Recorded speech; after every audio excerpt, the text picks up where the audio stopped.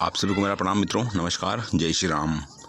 तो इस वीडियो में हम लोग बात करेंगे रीट 2022 के बारे में कि 7 दिन में नियुक्ति मिलेगी और याची जीतेंगे या हारेंगे। ठीक है, इन सब चीज़ों के बारे में हम लोग बात करेंगे।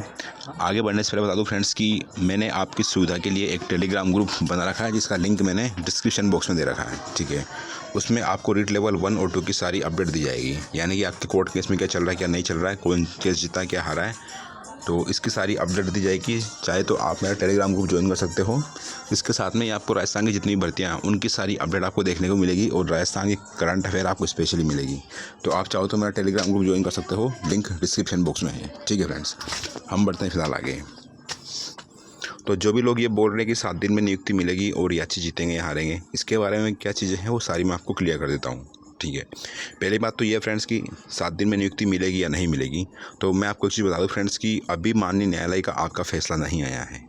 ठीक है, माननीय न्यायालय का फैसला आएगा, उसके बाद में ही चीज़ें क्लियर होंगी कि क्या होना है। ठीक है, अगर अधीनस्थ बोर्ड जीतता है तो आप मान सकते हो कि आपको फैसला आने के बाद में 1 या 2 दिन में आपकी ज्वाइनिंग का प्रोसेस स्टार्ट हो जाएगा।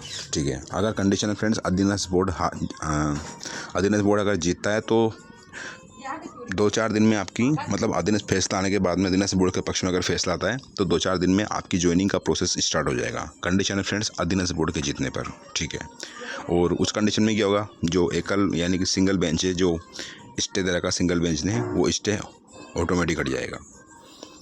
दूसरा अपन पहलू देखते हैं फ्रेंड्स। तो दूसरा पहलू ये है कि अगर अधीनस्थ बोर्ड माननीय न्यायालय में हारता है, यानी कि इसका मतलब ये हुआ कि याचिकाकर्ता जीतते हैं, तो उस कंडीशन में क्या होगा, अधीनस्थ बोर्ड के पास में इतनी सीटें नहीं बची फिलहाल कि वो जिन लोगों ने याचिका लगाई है, यानी कि जो याचिका करता है उनको भी ज्वाइनिंग दे सके और जिनकी ज्वाइनिंग पेंडिंग है इनको भी ज्वाइनिंग दे सके।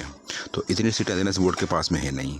ठीक है, तो उस कंडीशन में ये होगा फ्रेंड्स कि अधीनस्थ बोर्ड रिवाइज रिजल्ट जारी कर सकता है।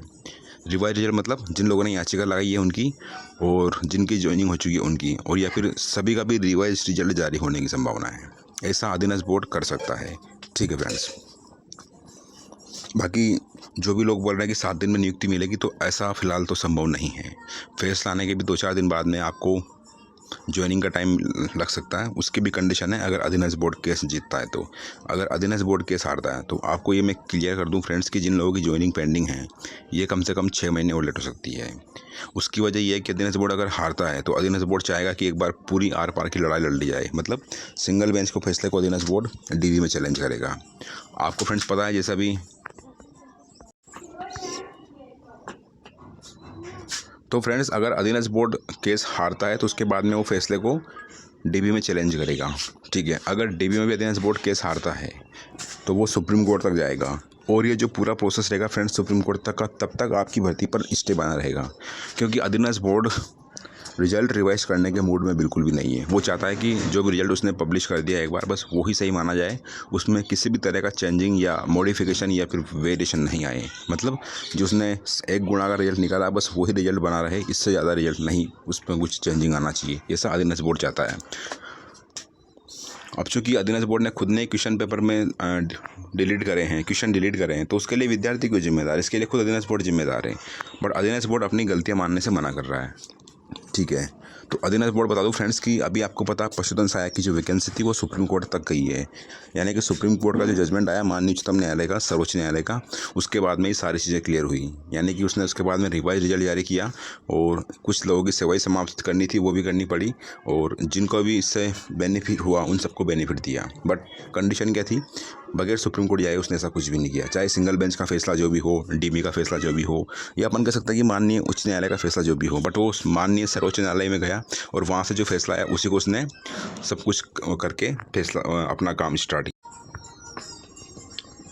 तो इसका मीनिंग ये हुआ फ्रेंड्स कि अधीनस्थ बोर्ड है वो पूरी लड़ाई लड़ेगा और सुप्रीम कोर्ट तक की लड़ाई लड़ेगा। ठीक है, तो मेरा ये मानना फ्रेंड्स कि सिंगल बेंच का फैसला अगर अधीनस्थ बोर्ड के पक्ष में नहीं आता है, यानी इसके खिलाफ आता है, तो इसका मतलब ये हुआ फ्रेंड्स कि फिर जो अधीनस्थ बोर्ड है वो हाई कोर्ट का फैसला नहीं मानेगा, चाहे से वो सिंगल बेंच का हो, डबल बेंच का हो, क्योंकि मैक्सिमम केस में ये होता है कि जो सिंगल बेंच का फैसला आता है, मैक्सिमम केस में बता रहा हूँ मैं, वही डबल बेंच का फैसला आता है। अगर सिंगल बेंच में याचिकाकर्ता हारते हैं तो आप ये मान के चलो कि डबल बेंच में भी याचिकाकर्ता हार सकते हैं।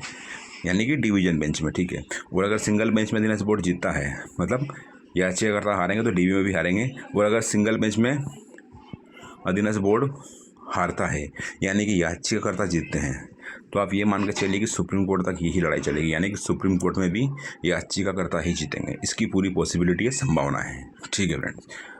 और मैं बता दूं कि आपकी लड़ाई अगर सुप्रीम कोर्ट तक चलती है, उसमें जितना भी टाइम लगे, लेकिन जो सिंगल बेंच है उसके फैसले पर स्टे लगा रहेगा। मतलब जो सिंगल बेंच ने फैसला दिया है कि जो पूरी वैकेंसी उस पर स्टे रहना है, तो वो सुप्रीम कोर्ट तक की लड़ाई तक, यानी कि जब तक माननीय उच्चतम न्यायालय का फैसला नहीं आएगा तब तक सिंगल बेंच के फैसले पर स्टे रहेगा, और जिनकी ज्वाइनिंग पेंडिंग है उन पर स्टे रहेगा। अगर जो याचिकाकर्ता है वो सिंगल बेंच में जीतते हैं तो, और ये लड़ाई अगर सुप्रीम कोर्ट तक जाती है तो, मेरे कहने का मीनिंग ये है। तो जो भी लोग बोल रहे हैं फ्रेंड्स कि 7 दिन में नियुक्ति हो जाएगी, तो मुझे नहीं लगता कि 7 दिन में नियुक्ति हो पाएगी। पहली बात तो फैसला भी इतना आसान नहीं है कि 7 दिन में फैसला आ जाएगा, इसकी कोई संभावना नहीं है, ठीक है। क्योंकि इतना आसान काम नहीं है कि चीज़ें क्लियर हो। मंडे को तो आपको पता है कि सारी चीज़ें, और जो डॉक्यूमेंट का काम है या पेपर वर्क का काम है वो मंडे को कंप्लीट होगा। देन उसके बाद में ही पॉसिबल होगा कि वास्तव में कब क्या होने वाला है। तो ऐसा नहीं है कि 7 दिन में ज्वाइनिंग हो जाएगी, इसकी संभावना बहुत कम है। आप मान के चलो कि 7 से 8 दिन या 1 महीने के आसपास समय आपका इसमें लग सकता है, यानी कि माननीय न्यायालय का फैसला आने में 1 महीने का समय लग सकता है और 7 दिन का भी समय लग सकता है। पर इस चीज़ के लिए मैं कह सकता हूँ, मैं श्योर हूँ कि मंडे को आपका फैसला किसी भी कीमत पर नहीं आएगा। जो भी लोग मंडे को फैसला आने की बोल रहे हैं, ऐसा बिल्कुल भी नहीं होने वाला। और अगर जिनकी ज्वाइनिंग पेंडिंग है उनकी किस्मत अच्छी हुई, तो इसका मतलब ये हुआ कि अगर अधीनस्थ बोर्ड केस जीत गया सिंगल बेंच में, तो यूँ मान के चलो कि आप उनके नियुक्ति के सारे रास्ते क्लियर हो जाएंगे, ठीक है। तो जो लोग कमेंट कर रहे हैं कि 7 दिन में नियुक्ति मिलेगी, उनको मैंने अपना जवाब दे दिया है। और जो कॉल कर रहे हैं, बता दूं कि उनको मैंने मेरा जवाब दे दिया है। कुछ लोग बोल रहे हैं कि और पैसे देने हैं क्या वकीलों को, तो बता दो कि मैं, आपने जिसको भी करना हो, अभी फ़िलहाल आपको हाई कोर्ट के जो माननीय सिंगल बेंच है उनके फैसले का इंतजार करना चाहिए, ठीक है। अभी आपका जो कोर्ट केस है वो सिंगल बेंच में ही है, ना कि डीबी में गया है। डीबी में जाएगा तो आपको पैसे देने की ज़रूरत है, बट अभी फ़िलहाल तो मुझे लगता नहीं कि आपको सिंगल बेंच के लिए और पैसे देने की ज़रूरत है। आपका केस ऑलरेडी लिस्टेड हो चुका है, सारी चीज़ें हो चुकी है, सुनवाई पूरी हो चुकी है, तो अब कोई मतलब नहीं आपके पैसे देने का। वो चाहे जो भी हो, जिससे भी आपने बात करी हो, मैं किसी का पर्टिकुलर नाम नहीं ले रहा, ना ही मैं किसी को टारगेट कर रहा हूँ, लेकिन जिन लोगों ने मुझे कॉल किया था या मैसेज किया था कि और पैसे देने क्या, तो मुझे तो कम से कम नहीं देने हैं। जिन लोगों ने मेरे थ्रू पिटीशन लगाई थी उनको अब किसी को भी पैसे नहीं देने फ़िलहाल तो, ठीक है फ्रेंड्स। और जो भी अपडेट होगी मैं आपको बता दूँगा। फ़िलहाल के लिए इतना ही। आपसे रिक्वेस्ट है मेरी, अगर आपको मेरी दी हुई जानकारी अच्छी लगे तो प्लीज़ चैनल को जरूर सब्सक्राइब करना और वीडियो को लाइक करना। आई विश की जल्दी से केस का फैसला है, और जिनकी ज्वाइनिंग पेंडिंग है उनकी ज्वाइनिंग हो, और जिनका रिजल्ट रिवाइज होना, यानी जिनको भी केस जीते वो जल्दी से केस जीते, ठीक है फ्रेंड्स। मिलते हैं नेक्स्ट वीडियो में। वीडियो वॉच करने के लिए thanks. Have a great day and all the very very best and God bless you all, and please subscribe the channel, and if you want you can join my telegram group, link is given in description box. Have a great day and God bless you all. Again, thanks for watching the video.